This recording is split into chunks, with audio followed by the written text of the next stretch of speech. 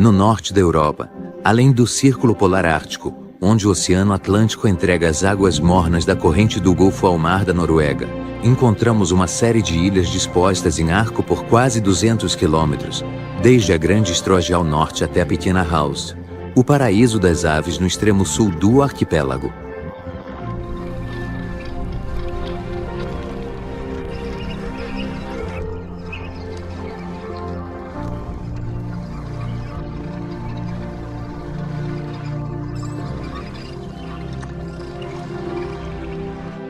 A paisagem, agradável pelas suaves vales internos, é dominada pelas altas montanhas que se debruçam sobre o mar, de um lado voltadas para a costa norueguesa, do outro voltadas para a imensa extensão do oceano.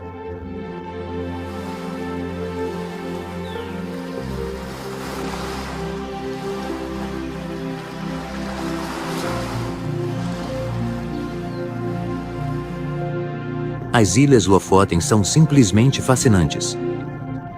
Elas exercem um forte fascínio sobre aqueles que, como eu, amam viajar pelo planeta Terra com o objetivo de explorar, conhecer e comparar os diferentes ambientes naturais e a cultura das pessoas que os habitam.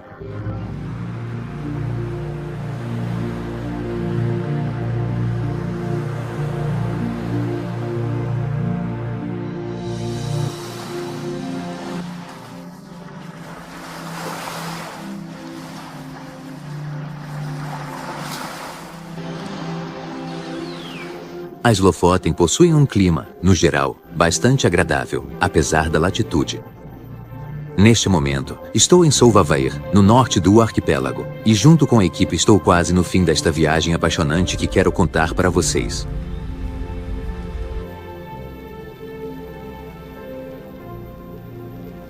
Decido começar a exploração pelo sul e depois seguir em direção ao norte, onde a cadeia das Ilhas Lofoten se conecta com o continente norueguês e as Ilhas Vesteralen.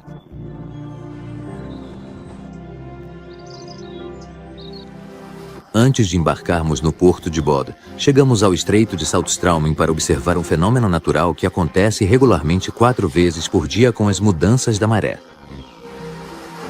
O estreito, com cerca de 3 quilômetros de comprimento e apenas 150 metros de largura, recebe depois de cerca de 6 horas libera novamente mais de 400 milhões de metros cúbicos de água que, ao se transferirem do Saltstraumen para o fiord adjacente, criam um esvaziamento e um enchimento perpétuos. O fenômeno, conhecido como Maelstrom, é o maior redemoinho natural do planeta. A força cinética criada pelos movimentos das águas é poderosíssima. Os turbilhões gigantes que agitam o fundo do mar vão diminuindo sua intensidade à medida que chegam à superfície.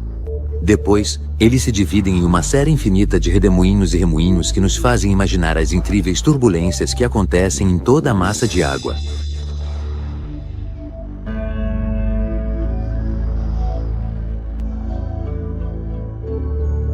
Deixamos a costa norueguesa a partir da cidade de Bodø e navegamos para o leste em direção às Ilhas Lofoten. No mar ao nosso redor, inúmeras ilhotas mostram o quanto a Noruega oceânica é recortada e vibrante. Este é, para mim, um momento especial. Enquanto observo o mar e penso que em algumas horas poderei conhecer o arquipélago que estudei durante alguns meses no mapa, minha atenção é atraída pela passagem de uma majestosa e rapidíssima águia marinha.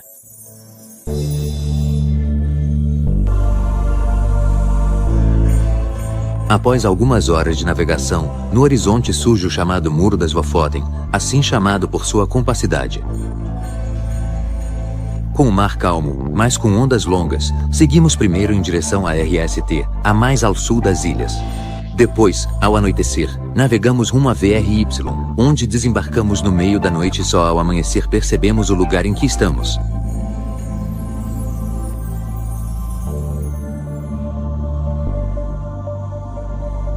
Assim que a neblina se dissipa, começamos as filmagens.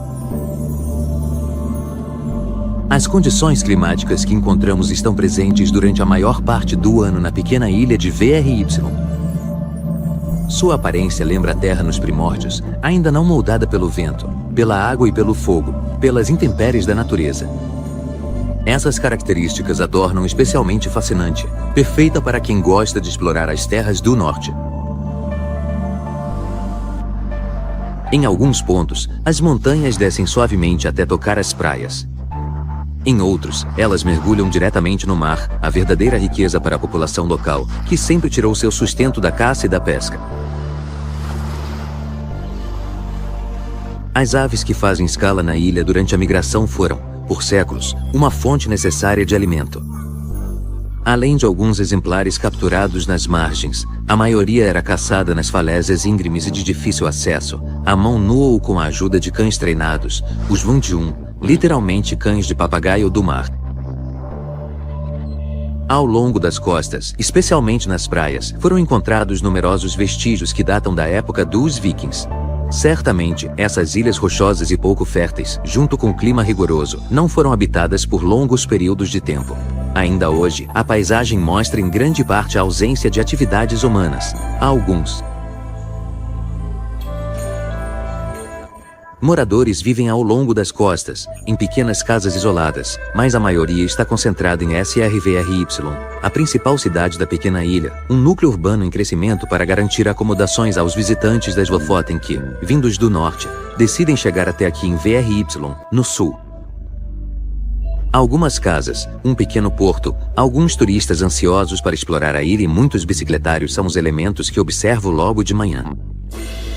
Essas simples estruturas de madeira entrelaçadas são a marca registrada das Lofoten. Na estação de verão, elas criam bastante desordem na paisagem, mas no inverno e durante toda a primavera serão indispensáveis para sustentar toneladas de bacalhau penduradas para secar.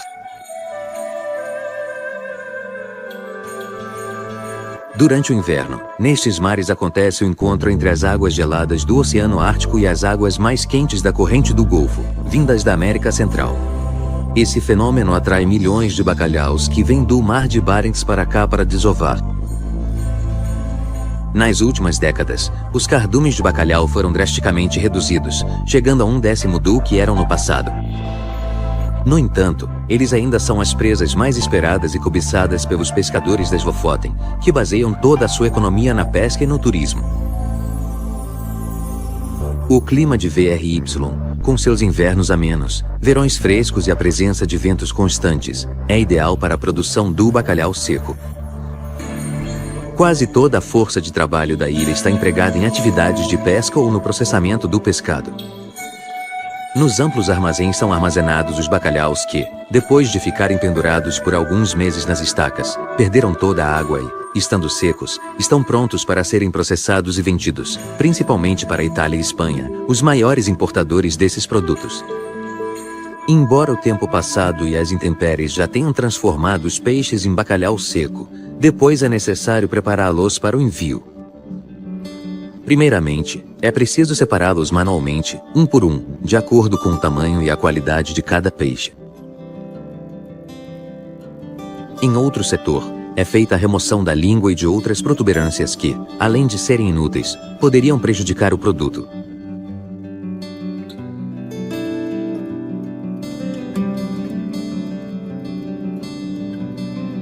Esse mesmo setor também realiza a pesagem de cada peixe e, com base no peso determinado, faz uma nova separação.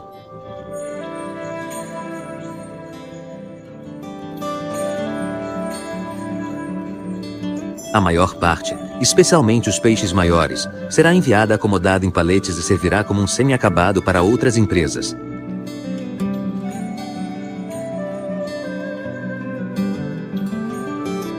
Uma porcentagem menor do bacalhau será comprimida para otimizar o espaço e os custos, depois embalada e enviada para o exterior, onde poderá ser adquirida por aqueles que apreciam os sabores que acompanhavam os vikings em suas longas viagens pelo mar.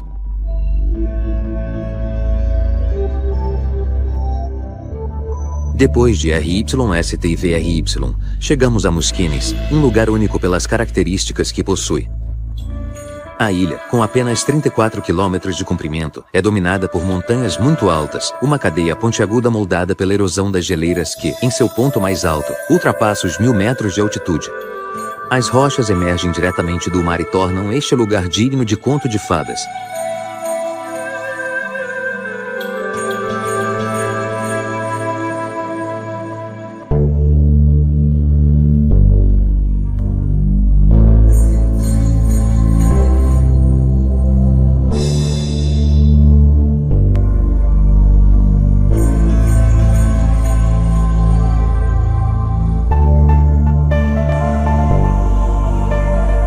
Aqui a vida corre tranquila e com certo bem-estar.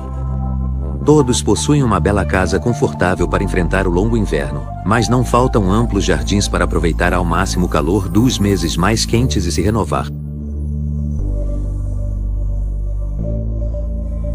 Na extremidade sul da ilha, a cidadezinha de Reine e o vilarejo de São paradas obrigatórias para quem visita as Lofoten. As casas, construídas metade sobre as rochas e metade sobre o mar, são sustentadas por longos e robustos pilares de madeira capazes de suportar as fortes ressacas que atingem toda parte, até mesmo nas enseadas mais isoladas.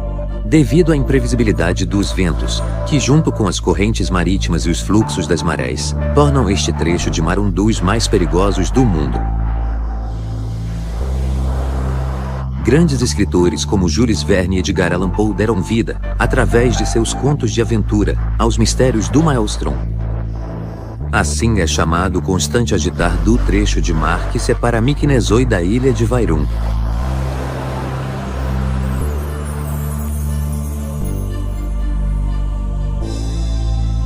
Os movimentos contínuos das águas atraem enormes quantidades de peixes, tanto que as estações de pesca e de processamento do pescado estão presentes em todas as ilhas do arquipélago.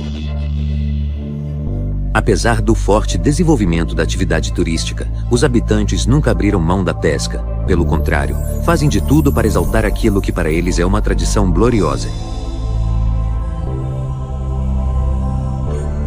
Encravada na montanha, quase suspensa entre o céu e o mar, a vila já é considerada um dos cantos mais pitorescos de toda a Noruega.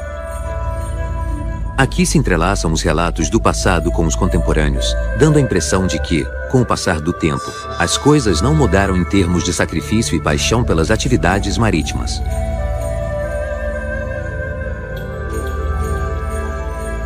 Em preto e branco, os rostos dos pescadores com suas presas, dos jovens que, destemidos, enfrentavam o mar a bordo de embarcações pequeninas. As grandes pescarias do passado, depois a chegada das fotos coloridas. Um sinal da modernidade que, muito lentamente, foi conquistando espaço nos hábitos dos ilhéus. Alguns ainda produzem óleo de fígado de bacalhau com métodos arcaicos. O produto obtido é vendido em pequenas quantidades para os turistas que desejam comprá-lo, enquanto os peixes, depois de secos, serão consumidos pela família no inverno.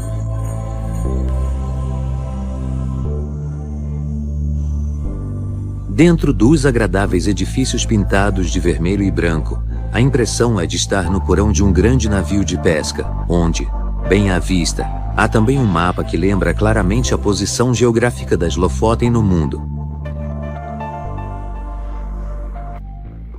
A abundância de comida próxima aos centros habitados permite que as gaivotas criem seus filhotes com sucesso. Elas colonizam os grandes edifícios, concentrando-se nos lados menos frequentados pelos pedestres. Não fazem distinção entre o vermelho ou o amarelo antigo das tintas que cobrem a madeira, as cores típicas das casas nessas ilhas. A única preocupação delas é ter um canto protegido do vento onde possam construir um ninho aconchegante.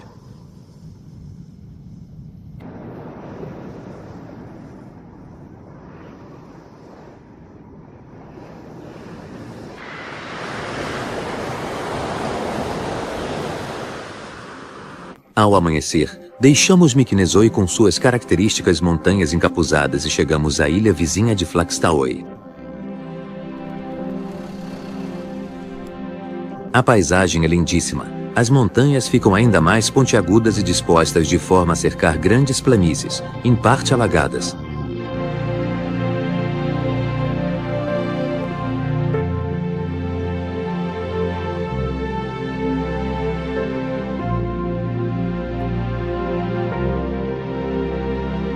Entre os dois mares, pequenos lagos se alternam com minúsculos fiordes que conectam as turbulentas águas abertas do oceano com as mais internas e pacíficas, que em certos recantos chegam a ficar completamente imóveis.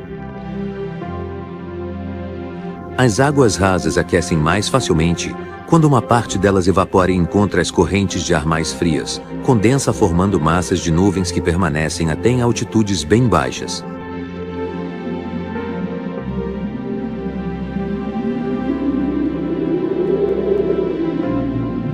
Aqui o tempo muda em poucos minutos. Antes mesmo que isso aconteça, os animais que vivem entre essas montanhas já se aproximam de seus abrigos. Ao contrário de nós, humanos, o instinto que eles possuem permite que percebam com antecedência a chegada da tempestade. Os pássaros, por outro lado, embora conheçam perfeitamente os sinais do tempo, permanecem quase indiferentes à chegada e à evolução do mau tempo.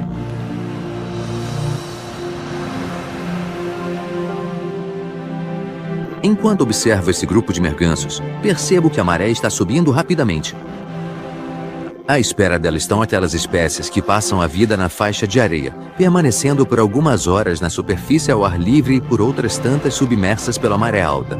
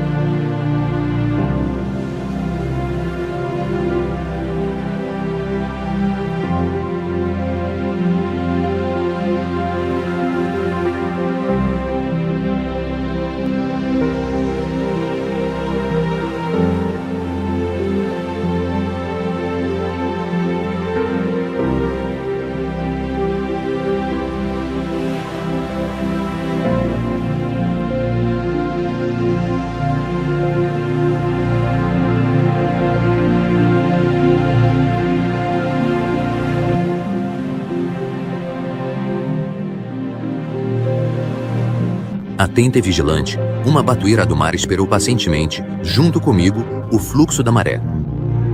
Isso também marca o início do seu descanso. De fato, ela só voltará a se alimentar dos pequenos moluscos com a nova maré, quando as águas baixarem novamente e os deixarem ao alcance do seu bico. Os alimentos saborosos que, após a retirada das águas, ainda ficam fracamente presos às rochas e, por isso, são mais fáceis de remover.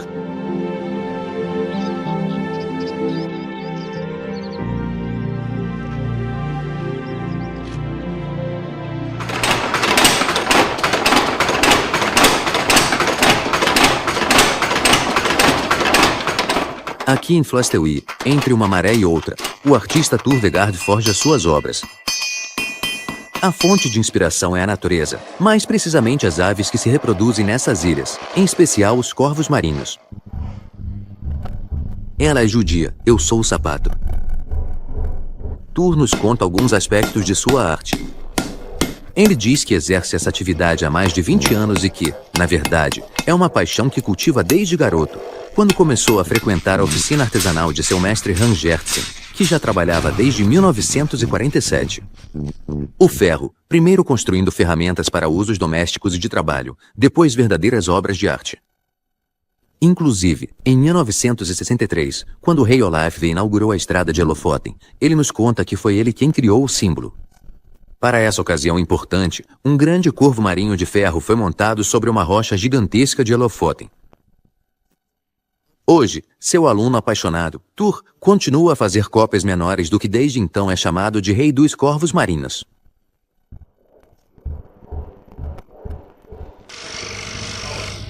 Vito, acho que isso me escapou. O simpático artista também diz que seu ateliê e sua ilha são provavelmente o único lugar do mundo onde essas peças são criadas.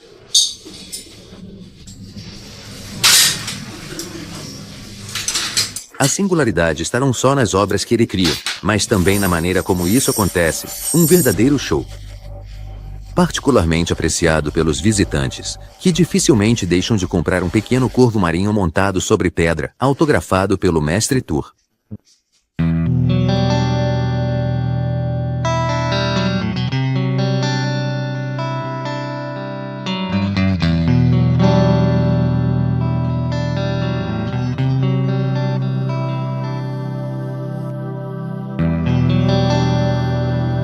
Do lado de fora do ateliê, criações de alguns anos atrás contam histórias trágicas de homens e animais.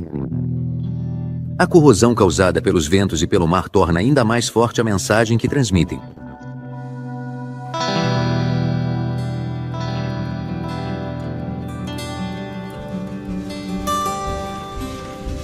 Outras obras de maior valor e de espírito mais sereno estão, por sua vez, guardadas no museu adjacente. Entre tantas, minha atenção é atraída pela silhueta inconfundível de um flamingo.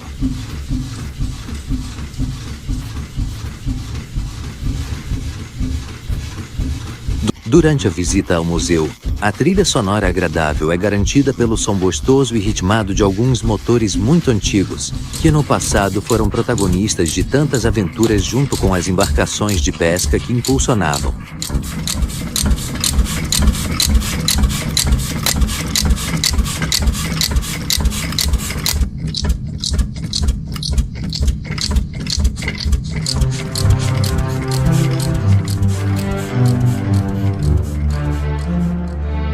Flagstaff é a ilha dos artistas e das praias.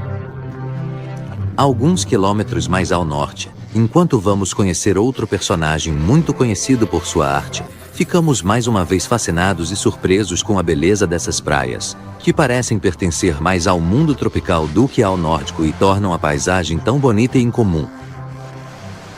Mesmo na estação de verão, as águas têm uma temperatura muito baixa, tanto que apenas os nórdicos, notoriamente acostumados ao frio, e alguns turistas corajosos conseguem se banhar sem problemas.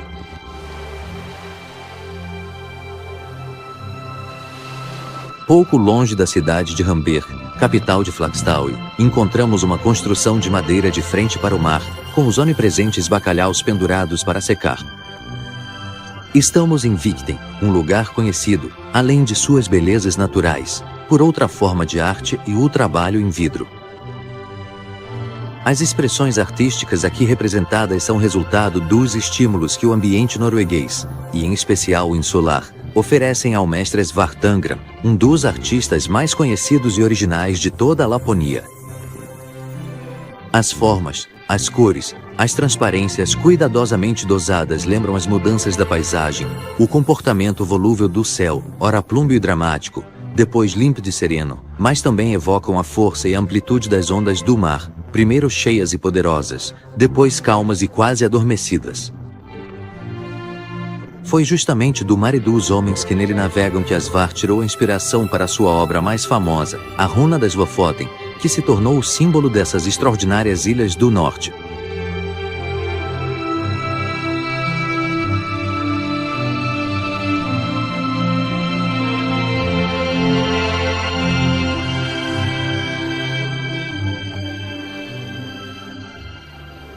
O mestre experiente nos recebe em seu ambiente e nos conta sobre quando, muitos anos atrás, criou este centro chamado Lofoten Design.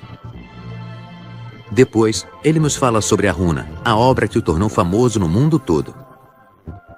Ele diz que idealizou e criou esse símbolo, um barco com homens em cima e peixes embaixo, para lembrar as tradições milenares ligadas à pesca que os habitantes das Lofoten ainda perpetuam hoje. Ele também destaca o quanto o design das criações em vidro é apreciado. Entre tantas, as mais apreciadas são estas que representam o gelo flutuando na superfície da água e outras igualmente inspiradas da natureza.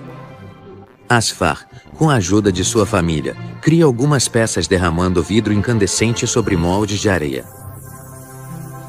Às vezes, as coisas mais simples são as que produzem os melhores resultados.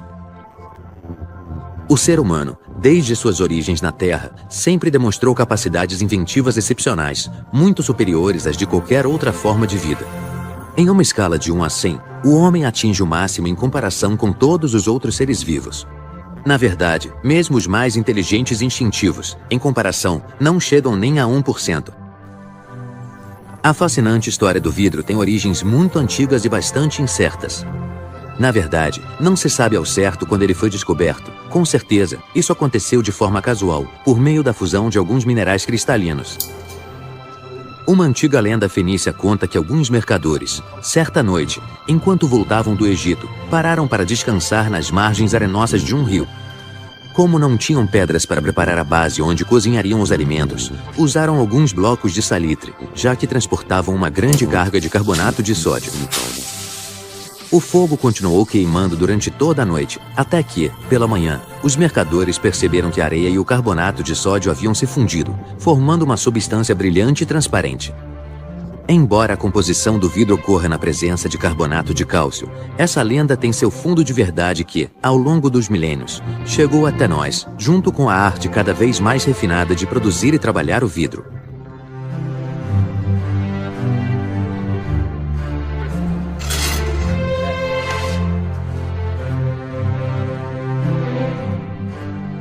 Nossa viagem continua ainda mais ao norte. Seguimos pela única estrada que, atravessando vales, fiordes e alguns ambientes lagunares, leva até a ilha de Vestrogaui, a maior das Lofoten, uma ilha onde a história deixou as marcas mais evidentes. O aspecto físico do território, caracterizado por amplas enseadas e vales planos protegidos pelas montanhas, permitiu por um certo tempo condições de vida aceitáveis para a população viking.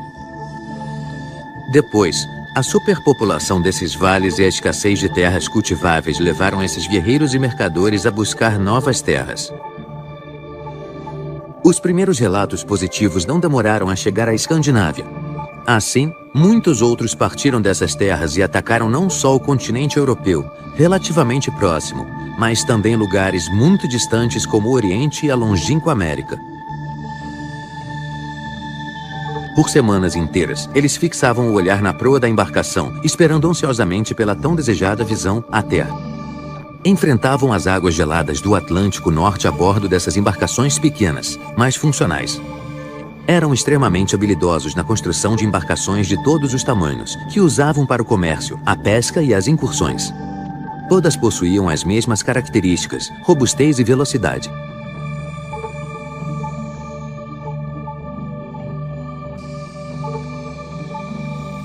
Nos anos 80, aqui na ilha de Vestrogaui, foi feita uma descoberta arqueológica surpreendente.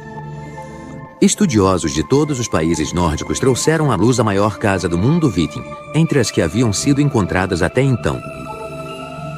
Nas imagens, vemos as bases das robustas vigas de madeira que sustentavam totalmente o peso do grande vão, já que as paredes perimetrais serviam apenas como isolamento e não como estrutura de sustentação, como acontece nos edifícios modernos. A grande casa, que pertenceu a um chefe viking, foi fielmente reconstruída ao lado do sítio original, permitindo-nos captar esta imagem da paisagem como provavelmente deveria parecer há cerca de 1000 anos.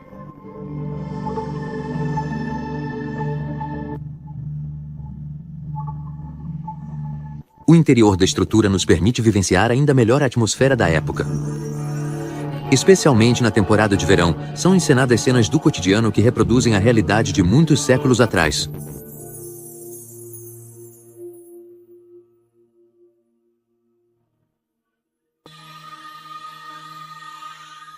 Me impressiona o modo como eles viviam.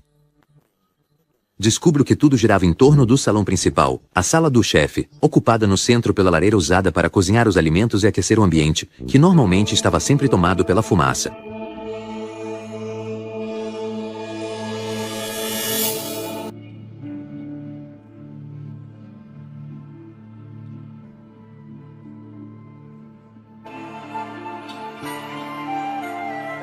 Parte da casa era ocupada por ferramentas úteis para o processamento de matérias-primas alimentares, com o objetivo de produzir pão, cerveja e outros alimentos.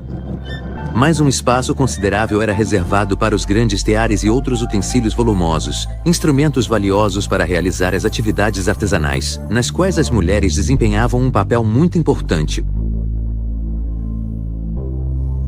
Quando os maridos estavam longe explorando, saqueando e conquistando novas terras, as mulheres tinham a onerosa responsabilidade de administrar a casa.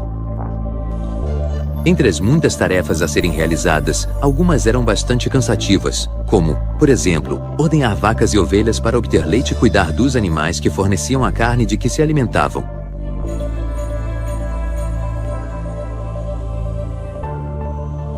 As mulheres dedicavam muito tempo à fiação e à tecelagem, tanto que, em algumas inscrições rúnicas encontradas em outros sítios, são destacados os elogios feitos às mulheres vikings por suas habilidades nas tarefas domésticas e pela destreza nos trabalhos manuais, como o bordado.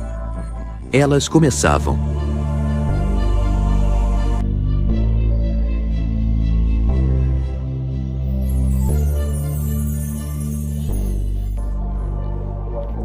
muito cedo a ensinar seus filhos, tanto meninos quanto meninas, a cuidar das tarefas domésticas, embora os mais pequenos, como todas as crianças, adorassem passar muito tempo imersos em seus jogos, simples, mas engenhosos.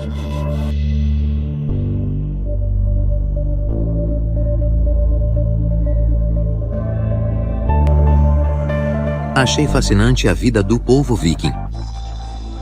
É verdade, em muitos aspectos, de fato, realmente parecida com a de muitos outros povos, é mais fundamentalmente o que distingue um povo de outro é o ambiente em que vivem e a capacidade desse ambiente de prover sua sobrevivência. Estamos quase chegando ao fim desta empolgante viagem de descoberta das Lofoten. Para ser mais preciso, estamos na ilha de Ostvergui, a mais ao norte deste arquipélago singular. Enquanto, junto com a equipe, espero que as condições climáticas melhorem, consulto os mapas geográficos e náuticos para preparar as filmagens que vamos realizar. Nos espera o grande fiord que separa as Lofoten das ilhas Vesteralen, um lugar encantador que faço questão de documentar. A espera dura apenas um dia e finalmente podemos zarpar. O tempo ainda não está dos melhores, mas as previsões prometem uma reviravolta em poucas horas.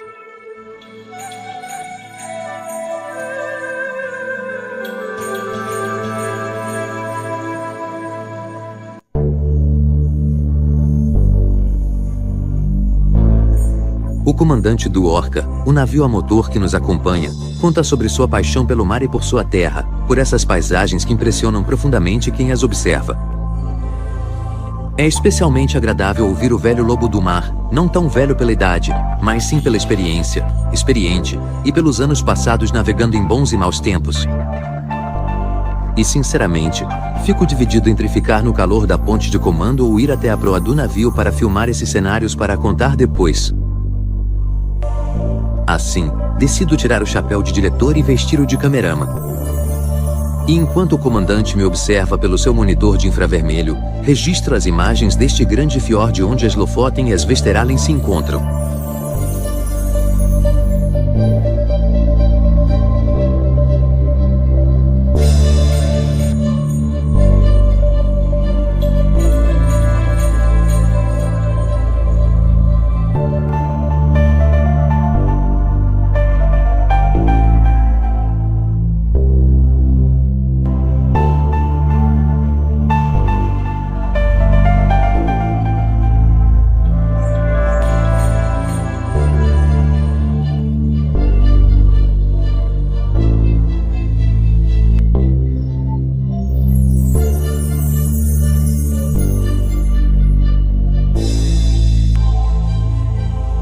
Em alguns trechos, o fiord é muito estreito. A sensação é de que podemos tocar a rocha e a água que desce da montanha.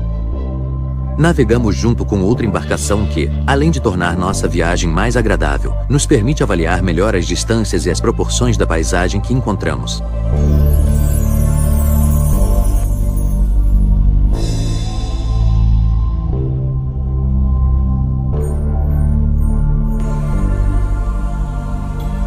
Onde o fiord é mais largo, algumas gaivotas seguem nossa embarcação por um longo trecho, mesmo ela navegando a cerca de 20 nós. Essas aves, como muitos outros pássaros, são oportunistas e esperam que seja jogada comida para fora do barco para se alimentarem com facilidade. É uma ótima oportunidade para observar os complexos mecanismos do voo.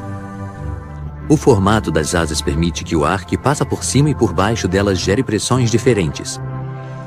Essa condição determina a chamada sustentação, que ajuda a empurrar a ave para cima e a mantê-la no ar.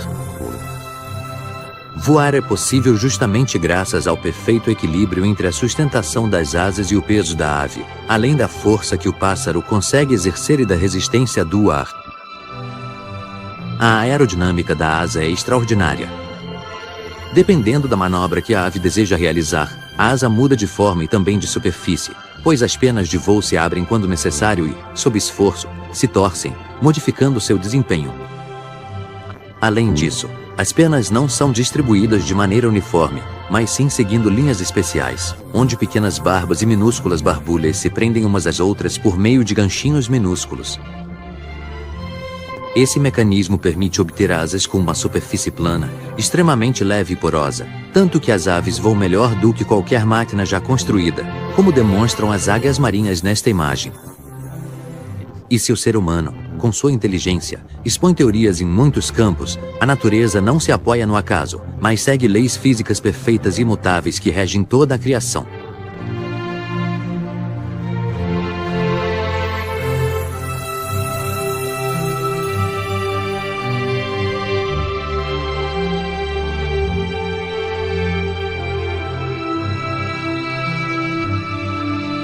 As imagens dessas paisagens, que nos obrigam a observá-las de tão fascinantes que são as lembranças mais intensas que vou guardar desta terra distante, dessas ilhas antigas de perfil vibrante onde o oceano apaga sua força.